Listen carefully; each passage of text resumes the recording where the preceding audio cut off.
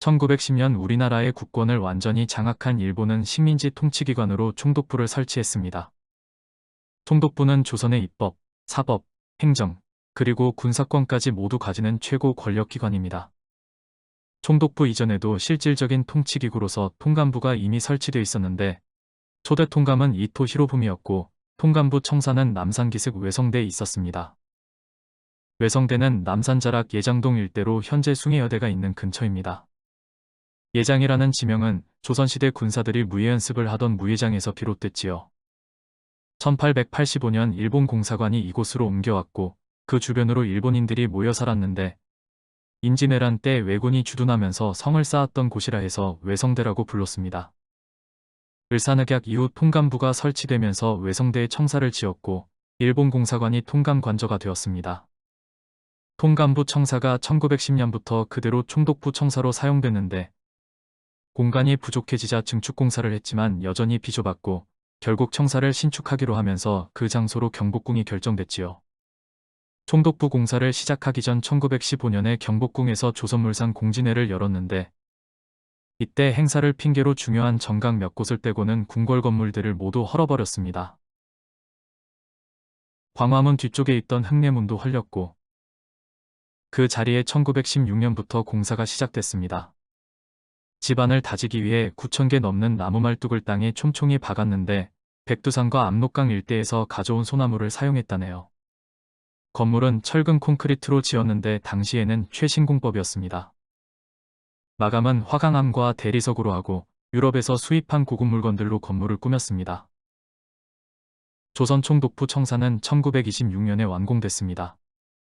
공사를 시작할 때는 5년 기간에 300만 엔을 들이면 될 거라고 생각했지만 실제로는 예산과 시간이 배로 들었다지요. 총독부 청사가 완공된 이듬해 광화문은 동쪽 담장 건축문 북쪽으로 옮겨졌습니다. 원래는 총독부 청사를 신축하면서 광화문을 철거할 계획이었지만 조선 사람들의 반발은 물론이고 일본 지식인들 사이에서도 반대 여론이 많아지자 철거가 아닌 이전으로 변경한 겁니다. 건물들이 대부분 철거돼 황량해진 경복궁을 배경으로 삼아 조선 총독부가 엄청난 존재감을 뿜어냅니다. 총독부에서는 앞쪽으로 시원하게 뻗은 시가지가 보이지만 경복궁 정전인 근정전에서는 총독부 건물에 가려 아무것도 보이지 않네요. 총독부 청사가 경복궁으로 옮겨온 뒤에도 총독관저는 외성대에 그대로 있었는데 1939년에는 총독관저까지 옮겨왔습니다. 총독관저는 외성대 말고 다른 곳에도 하나 더 있었습니다. 조선 주차군 사령관인 하세가와가 용산에다 지은 건데 꽤 화려했던 이 용산관저는 연회나 귀빈 접대용으로 주로 쓰였습니다. 총독관저를 옮긴다는 말이 나왔을 때 이 용산관저를 활용하자는 의견도 있었지만 결론은 새로 짓자는 거였고 그 부지로 결정된 곳은 경복궁 후원 경무대였습니다. 경무대는 대원군이 경복궁을 중건할 때 조성한 후원의 일부로 왕의 휴식 공간인 오은각과 군사훈련장인 육무당, 과거실험장인 육문당 등의 건물들이 있었습니다. 일본은 이곳의 건물들을 헐어버리고 총독관저를 신축했지요. 총독관저는 해방 후 미군정 사령관인 하지 중장의 관저가 됐다가 1948년 대한민국 정부가 수립된 후에는 대통령 집무실 겸 관저가 됐는데 이때부터 이 건물을 경무대라고 불렀습니다. 그전에는 그냥 총독관저라고 불렀고요. 4.19로 이승만 정권이 무너진 뒤 집권한 윤보선 대통령은 경무대라는 이름이 독재 정권을 연상시킨다며 청와대로 이름을 바꾸었지요. 청와대란 이름은 본관 지붕을 푸른 기와로 얹었다고 해서 붙인 겁니다. 경무대에서 청와대로 이름을 바꾼 옛 총독관저는 청와대 본관을 신축한 뒤인 1993년 철거됐습니다. 1945년 9월 9일 태평양전쟁에서 일본에 승리한 미군이 서울에 입성했고 미군이 내민 항복문서에 조선 총독 아베 노부유키가 사인을 했습니다. 조선 총독부 건물에서였지요.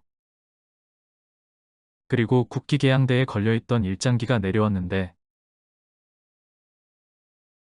일장기 대신 올라간 것은 태극기가 아닌 성조기였습니다. 조선 총독부가 사용하던 건물은 이제 미군정 사령부가 사용했고 이때부터 중앙청이라 불리게 됩니다. 3년간의 미군정을 거친 뒤 대한민국 정부가 수립됐고 중앙청에서 그 선포식이 열렸습니다. 조선 총독부 청사였다가 미군정 사령부를 거쳐 중앙청은 이제 대한민국의 정부청사가 됐지요. 하지만 2년도 되지 않아 중앙청은 기습적으로 쳐내려온 북한군에게 점령됐고 3달 만에 연합군이 다시 밀고 올라가 되찾기는 했지만 북한군이 퇴각하면서 불을 지르는 바람에 많이 훼손됐습니다. 5, 60년대 사진을 보면 중앙청에 프레카드가 걸려있거나 뜰에서 행사 중인 모습이 보이는데 청사를 온전히 사용하지는 못했고 1962년에야 파괴된 청사를 복구해 개청식을 열었습니다.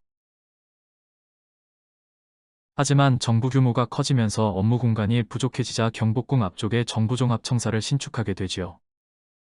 68년에는 중앙청 앞에 광화문을 다시 세웠는데 원래대로 목재로 복구한 게 아니라 철근 콘크리트로 겉모양만 똑같이 만든 거였지요.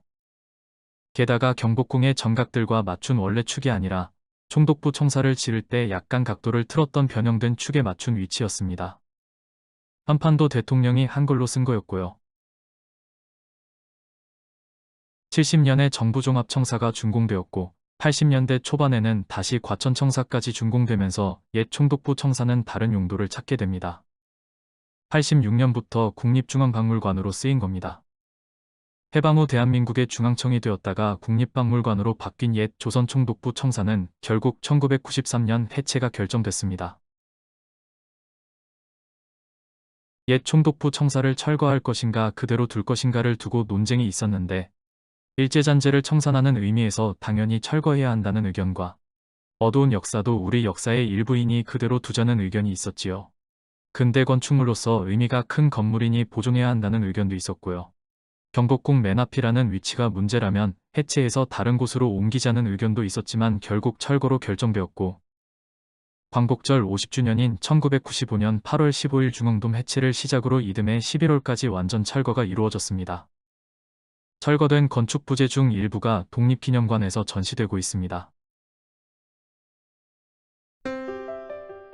총독부를 짓기 전 철거됐던 흙내문이 복원되었고